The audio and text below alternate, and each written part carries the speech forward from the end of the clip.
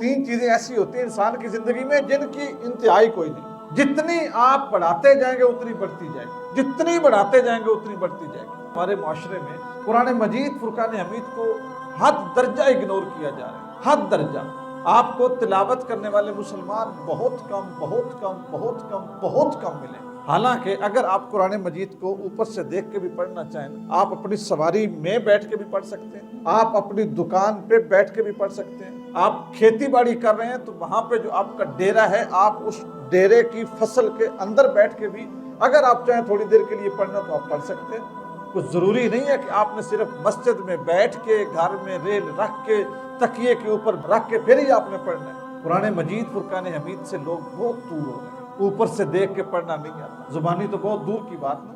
ये इसी ज़िमन में एक बात याद आ गई। ये पिछले दिनों में एक वाकया दरपेश हुआ लाहौर का, जब एक खातून ने एक लिबास पहना हुआ था और उसके ऊपर अरबी रस्मुल खत में लिखा हुआ था, और हमारे कुछ लोगों ने ये समझा कि ये कुरान मजीद की आयतें लिखी हुई, ये कुरान मजीद की आयतें लिखी हुई, तो एक हुजूम उसके पीछे लग गया उसको मारने के लिए या तशद्दुद करने के लिए। और ऐन मुमकिन है कि अगर महकमे के लोग न पहुंचते तो उसको वो कत्ल भी कर देते कि इसने इतनी बड़ी गुस्ताखी कर दी। मसला क्या है? मसला दोस्तों सिर्फ और सिर्फ ये है कि हमें पता ही नहीं है कि कुरान क्या है और आम तहरीर क्या है।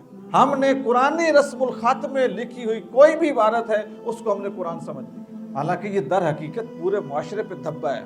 ये इस वाक़े का एक पहलू है। दूसरा पहलू एक ये भी है कि जो कुरान का रस्मुल खत है ना, उसको कुरान के साथ ही खास रहने दिया जाए। हमारे जो डिज़ाइनर हैं, जो कपड़ों को डिज़ाइन करते हैं, जो सिलाई करने वाले हैं, या जो नए नए ब्रांड और नए नए ट्रेंड रोज़ाना मुतारफ़ करवाते हैं, उनको भी इस बात की हया करनी चाहिए कि ऐसी चीज़ें मुतारफ़ न कराएं जो मुसलमानों में मुतनाज़े हो जाएं।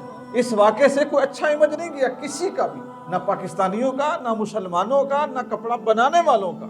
लेकिन बात ज़हन में आई तो मैं आपसे अर्ज़ कर रहा हूँ कि अगर हमारे वो लोग कुरान मजीद को पढ़ते होते, समझते होते, उनको पता होता कि कुरान मजीद में क्या लिखा हुआ है, तो इतना बड़ा वाक़या तो ना होता।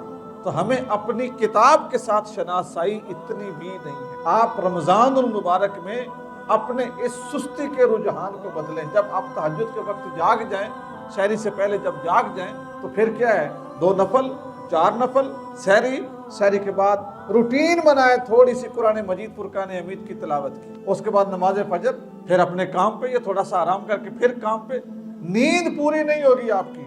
2-3 चीजें ऐसी होती हैं इंसान की जिंदगी में जिनकी इंतहाई कोई नहीं। जितनी आप बढ़ाते जाएंगे उतनी बढ़ती जाएगी, जितनी बढ़ाते जाएंगे उतनी बढ़ती जाएगी। उनमें से एक नींद है, ठीक है, नींद। जितना आप सोएंगे उतनी नींद बढ़ती जाएगी। नींद के बाद दूसरी बुराई की मोहब्बत। आप जितना बुराई में उतरते जाएंगे आप समझेंगे भी कुछ भी नहीं, और उतरेंगे और उतरेंगे और उतरेंगे, उतरते जाएंगे। बुराई की नफरत, बुराई की मोहब्बत कभी खत्म नहीं होती, बढ़ती जाएगी। और तीसरी चीज है दुश्मनी।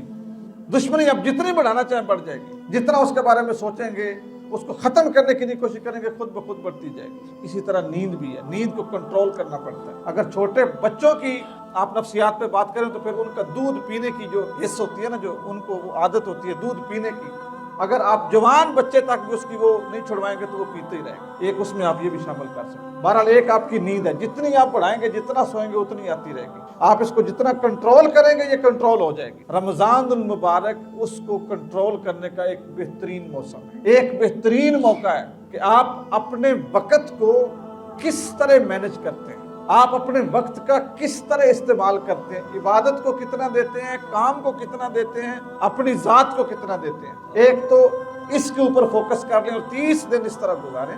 30 दिनों के बाद आपका ये काम आपकी आदत बन जाए।